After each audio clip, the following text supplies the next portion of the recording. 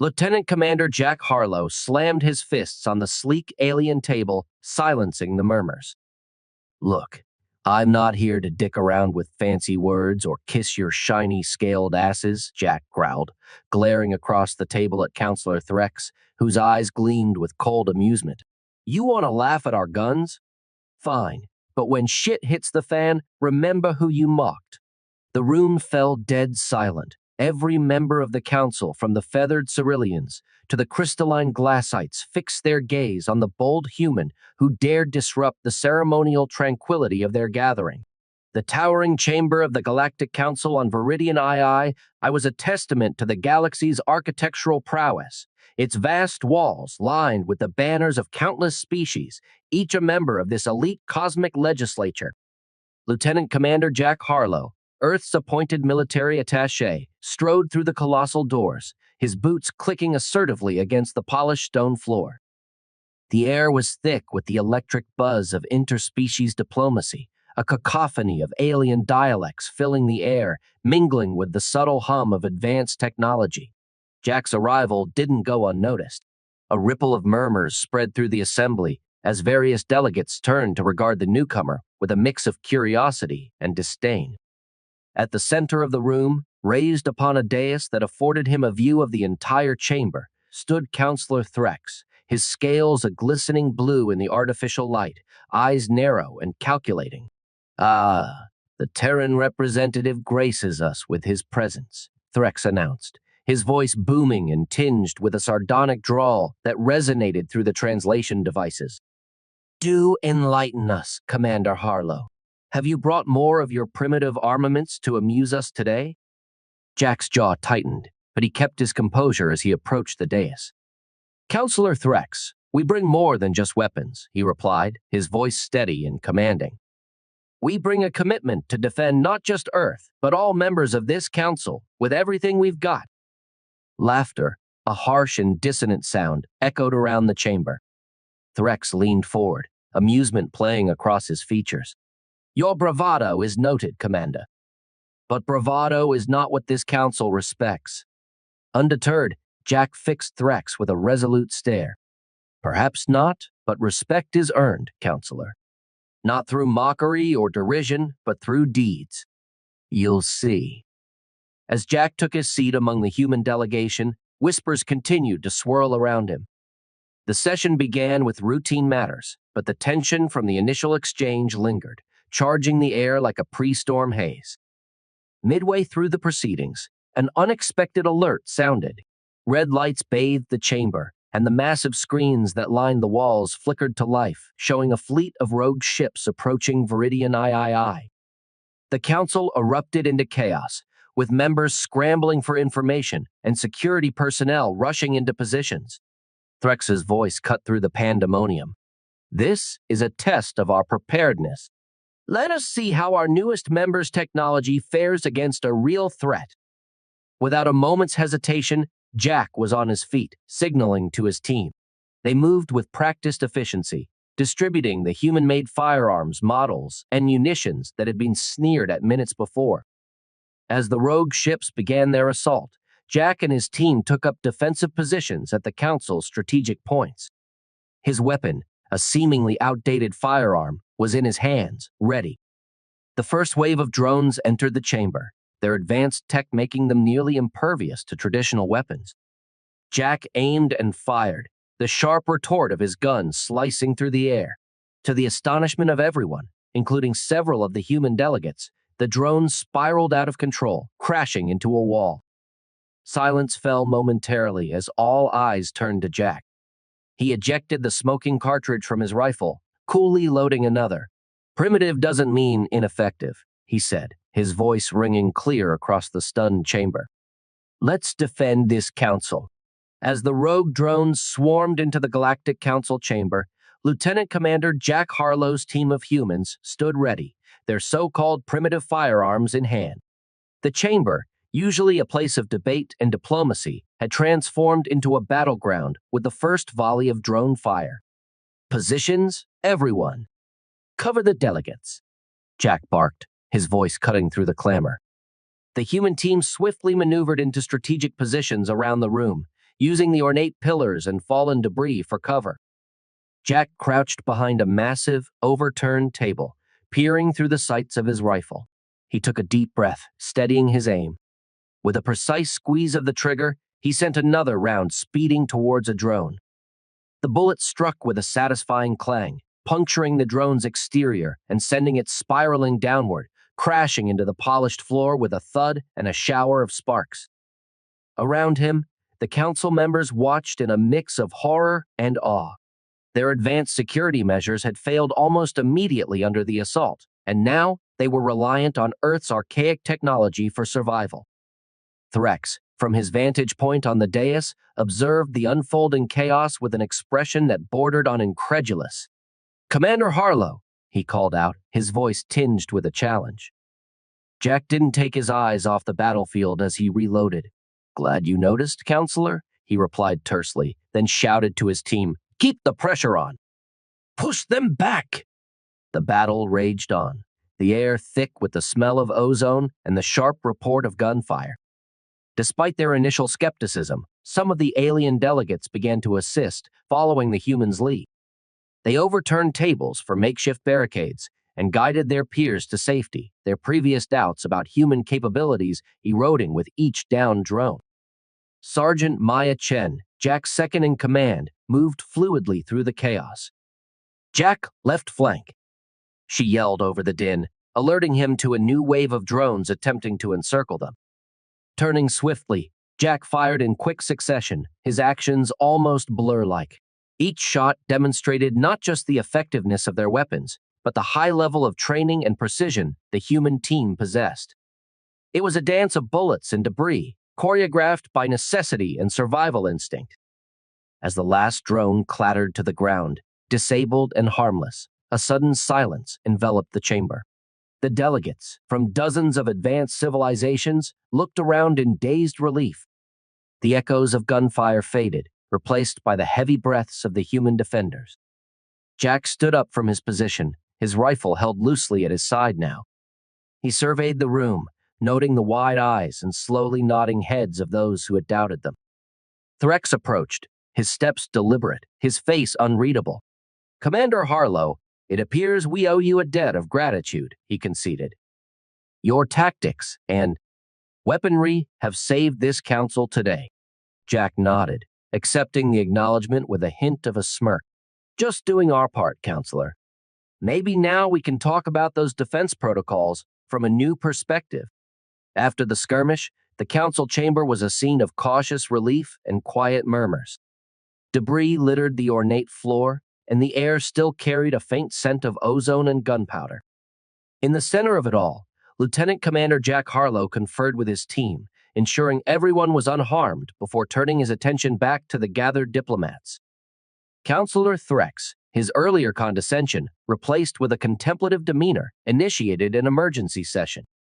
"This attack has demonstrated a severe oversight in our security protocols," Threx announced, addressing the assembly. His voice, usually so commanding, now carried an undertone of humility. "It is clear that we have much to learn from our newest members." Jack stood, his posture relaxed yet authoritative, ready to leverage the day's events into a strategic advantage for Earth. "Counselors," he began, his voice echoing in the now silent chamber, "today was proof that no technology is obsolete if it serves a purpose. Earth's primitive armaments, as you've seen, are not only effective but vital in situations where your more advanced tech might fail." Nods and murmurs of agreement rippled through the council. Even those who had been skeptical could not deny the evidence of their own survival, credited to the human intervention. "It's time we discussed not just Earth's role in our defense systems, but also the potential integration of our methodologies," Jack proposed. "We offer to share our training programs, focusing on adaptability and resourcefulness, which are clearly as necessary as firepower in our collective security." A Silurian delegate, her skin shimmering with a soft light, raised her voice. "Commander Harlow, your actions today have shown valor and ingenuity. What do you propose as the first step towards this integration?" Jack's response was ready. "I suggest we start with joint training exercises. Earth can host the first session. We combine our tactical training with your technology. We learn from each other, strengthen each other. Whispers turned into discussions, and discussions into debates as the council considered the proposal. Threx, who had listened intently, finally spoke up. I admit the resilience and tactical prowess displayed by the human delegation today have been enlightening. I support this initiative. The agreement wasn't just about adopting human strategies, it was a testament to Earth's rising status in the galactic community. As the session concluded, Jack and his team were approached by various delegates, expressing their gratitude and curiosity about Earth's military tactics. Sergeant Mia Chen leaned over to Jack as they walked out of the chamber, a grin spreading across her face. Looks like we've gone from underdogs to the head of the class, huh? Weeks after the council's decision, the first joint training session was underway on Earth, set in a rugged training facility carved into the mountains of Colorado.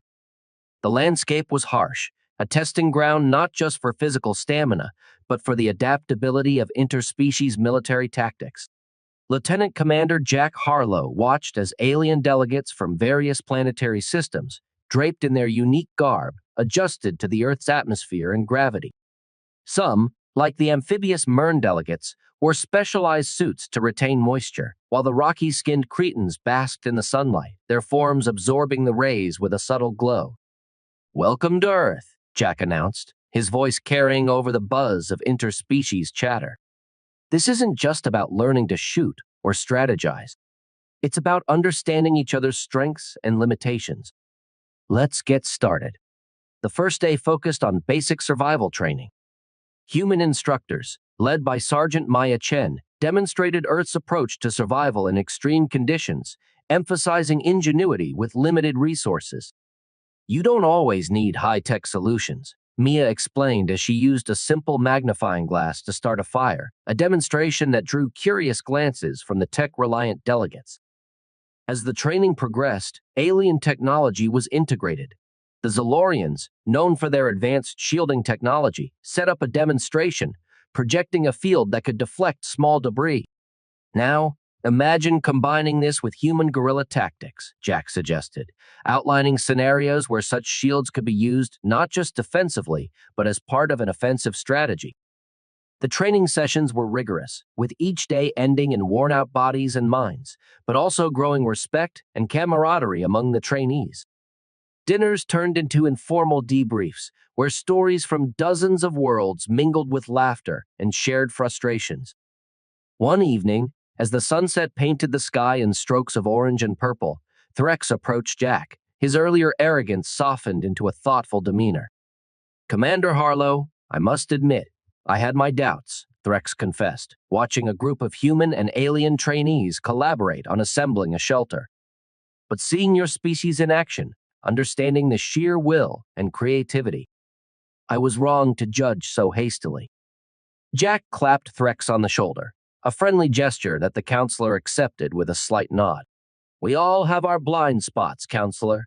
This," he gestured to the bustling camp, "is about helping each other see a little more clearly." As the training sessions neared their end, a simulation was planned, a final test of the combined capabilities of Earth's military strategies and alien technology. The scenario was a coordinated defense against a simulated attack, challenging every participant to rely on their new skills and the strengths of their interspecies teammates.